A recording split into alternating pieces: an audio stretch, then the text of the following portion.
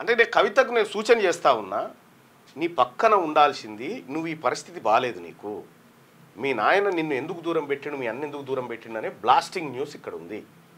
నేను ఇప్పుడు చెప్తా ఉన్నా, రాజకీయం చేయి. ఎట్లా చేయాలి రాజకీయము? నీ పట్ల ప్రజలు అయ్యో నిజమే ఈ బిడ్డకు అన్యాయం జరిగింది అనేటువంటి వ్యవహారం రావాలి. నేను మజిల్ పవర్ చూయించుకుంటా అంటే ఏం జరుగుతుంది?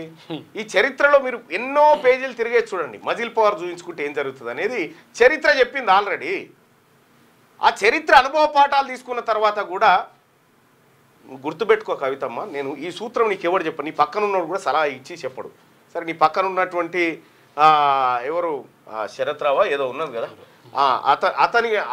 అటువంటి వాళ్ళని పెట్టుకుంటే ఏం జరుగుతుంది?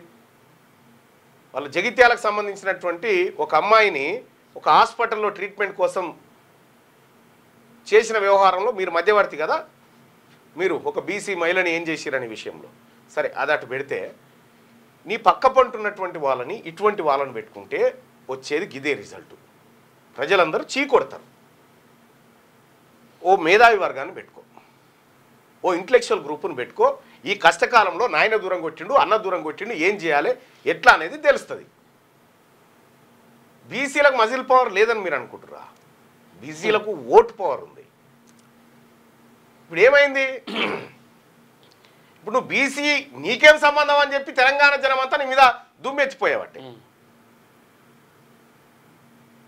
మేము ఖచ్చితంగా చట్టపరంగా మీ మీద ఎట్లా చర్యలు తీసుకోవాలో ఆ విధంగానే ముందుకు పోతాం. మీలాగా మీ ఆఫీసుల మీద మీ ఇండ్ల మీద పడి దాడి చేసేటువంటి ఆలోచన మాకు లేదు, మేము చేయగలిగే శక్తి ఉన్నా. ఏంటంటే ఈ 2 రోజులు వృధా, ఈ 2-3 రోజులు వృధా.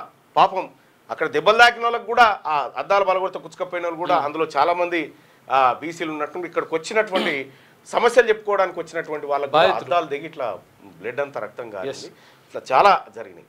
నిజంగా నీవు నాతోని ఫోన్ చేసి మళ్ళా నాకు ఇట్లా అనడు కరెక్టేనా అంటే నేనే చెప్తుంటే, కాదు కవితక్క దీని కథ గిట్లుంటుంది, దీని కథ ఇట్లుంటుంది అని నేనే చెప్తుంటే, నువ్వు ఈ చిల్లర మల్లర గ్యాంగులను పంపిస్తే ఏమవుతుంది? దీని ద్వారా నీకే డ్యామేజ్ కదా, దాంతో నీకు వచ్చేది లేదు పోయేలేదు.